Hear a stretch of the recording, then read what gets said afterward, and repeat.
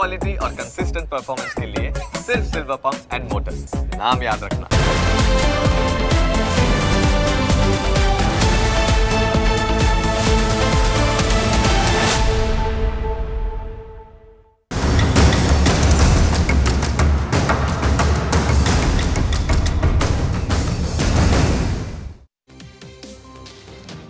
ગોંડલમાં તારીખ 2 માર્ચના રોજ રાજકુમાર જાટ નામનો યુવક ગુમ થાય છે અને 4 માર્ચના રોજ પોલીસને તેનો મૃતદેહ મળી આવે છે, પરંતુ પોલીસ તેના પરિવારજનોને મૃતદેહની ઓળખ કરવા માટે 5 દિવસ પછી એટલે કે 9મી માર્ચે બોલાવે છે અને અહીંથી જ પોલીસની કામગીરી શંકાના ઘેરામાં આવે છે, જે હજુ પણ શંકાસ્પદ છે।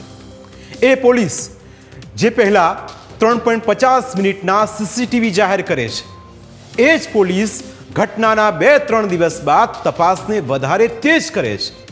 એ જ પોલીસ ફરી સામે આવે છે અને કહે છે કે રાજકુમારનું મોત માર્ગ અકસ્માતના કારણે થયું છે।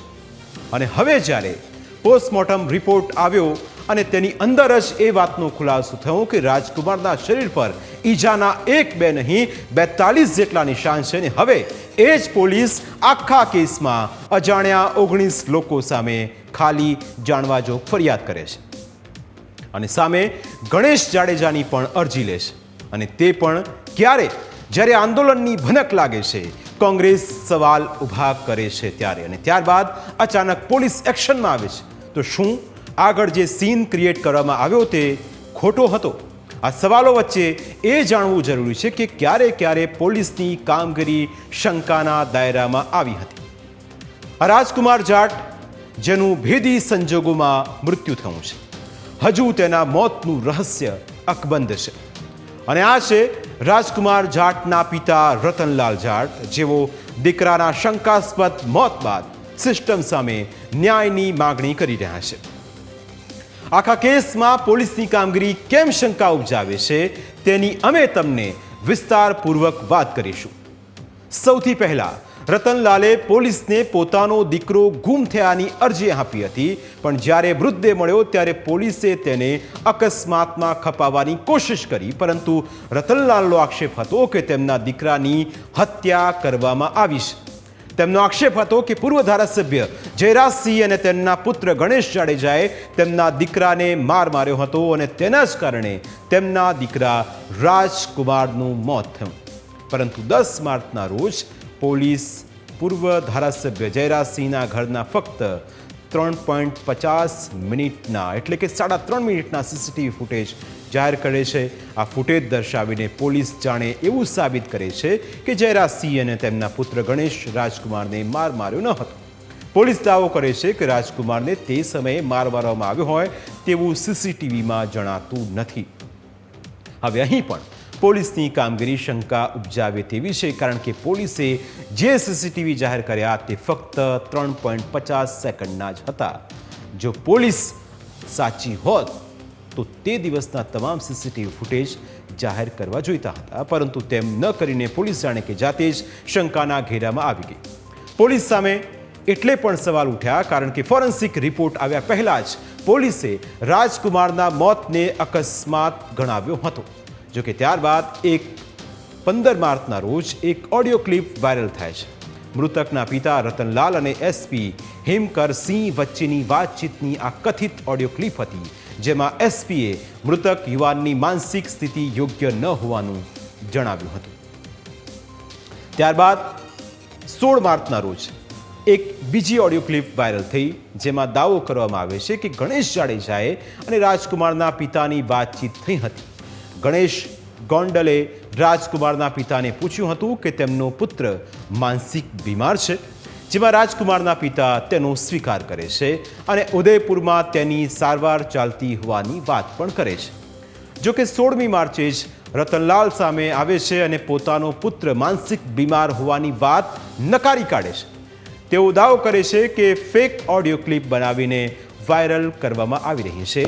તેઓ દાવો કરે છે કે ઓડિયો ક્લિપમાં તેમનો અવાજ જ નથી।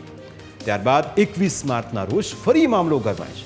સોશિયલ મીડિયામાં આઈ સપોર્ટ ગણેશ ગોંડલની પોસ્ટ વાયરલ કરવામાં આવે છે, તો બીજી તરફ રાજસ્થાનમાં રાજકુમારને ન્યાય અપાવવા માટે વિરોધ થયો.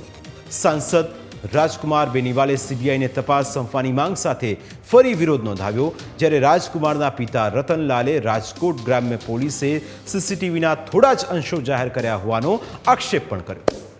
હવે આખા કેસમાં રાહ જોવાઈ રહી છે ફોરેન્સિક રિપોર્ટની. ફોરેન્સિક રિપોર્ટ આવ્યો ન હતો, પરંતુ આ સમયગાળા દરમિયાન પોલીસે પણ કોઈ ખાસ કહી શકાય તેવી કામગીરી નહોતી કરી. અહીં પણ પોલીસની કામગીરી શંકાના ઘેરામાં આવી ગઈ છે. ત્યારબાદ ફોરેન્સિક રિપોર્ટ સામે આવતા જ પોલીસ શંકામાં વધારે ઘેરી બની ગઈ.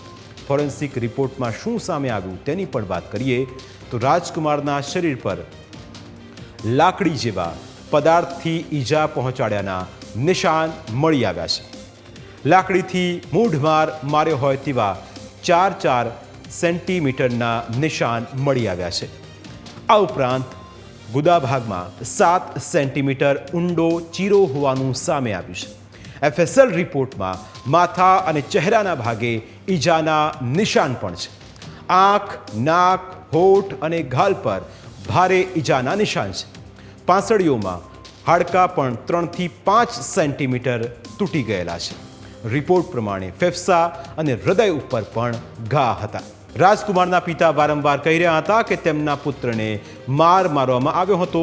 તેમ છતાં પોલીસ માનવા તૈયાર ન હતી, પરંતુ જે પ્રકારે ઈજાના નિશાન મળી આવ્યા છે તેને લઈ નિષ્ણાંતો પણ કહી રહ્યા છે કે અકસ્માતમાં આવી ઈજા ન પહોંચી હોય તેવું પહેલાં ક્યારેય જોયું નથી. નિષ્ણાંતોનું માનવું છે કે મૃતકને મારવામાં આવ્યો હતો તે રિપોર્ટ પરથી સ્પષ્ટ થાય છે. આખરે 20 દિવસ બાદ ગોંડલ પોલીસે અજાણ્યા લોકો સામે ગુનો નોંધ્યો છે. પોલીસે પૂર્વ ધારાસભ્ય જયરાજસિંહના ઘરમાં હાજર અજાણ્યા શખ્સ સામે લાફો ઝીંકવા બદલ ગુનો દાખલ કર્યો છે. તો બીજી તરફ ગણેશ જાડેજાએ પણ રાજકુમાર જાટ અને તેના પિતા સામે પોલીસ અરજી આપી છે. પિતા પુત્ર પોતાના ઘરમાં ગેરકાયદે પ્રવેશ્યા હોવાને લઈને તેણે અરજી આપી છે. જો કે આ કેસમાં પોલીસ તપાસમાં ઢીલી નીતિ અપનાવતી રહી હોવાની શંકા અનેક જગ્યાએ ઉડીને આંખે વળગે તેવી છે. 20 દિવસ પહેલા જે પોલીસ રાજકુમારના મોતને અકસ્માતમાં ખપાવી રહી હતી, તે જ પોલીસ હવે અજાણ્યા લોકો સામે માર્યાનો ગુનો નોંધ્યો છે, જે પુરવાર કરે છે કે પોલીસ પહેલેથી જ આ કેસને નજરઅંદાજ કરી રહી હતી. સવાલોમાં પોલીસ છે. સવાલ એ થાય કે પોલીસ કોઈના દબાણમાં હતી? પોલીસે રાજકુમારના પિતાની વાતને પહેલેથી જ કેમ ગંભીરતાથી ન લીધી? શું પોલીસ આરોપીઓને બચાવવાની કોશિશ કરી રહી હતી? આ તમામ સવાલો વચ્ચે હવે આ કેસની તપાસ સીબીઆઈને સોંપાશે કે નહીં, તે પણ એક સૌથી મોટો સવાલ છે. પ્રાઇમ 9માં સમય થયો છે બ્રેકનું. બ્રેક બાદ વાત કરીશું આરોગ્ય કર્મચારીઓની.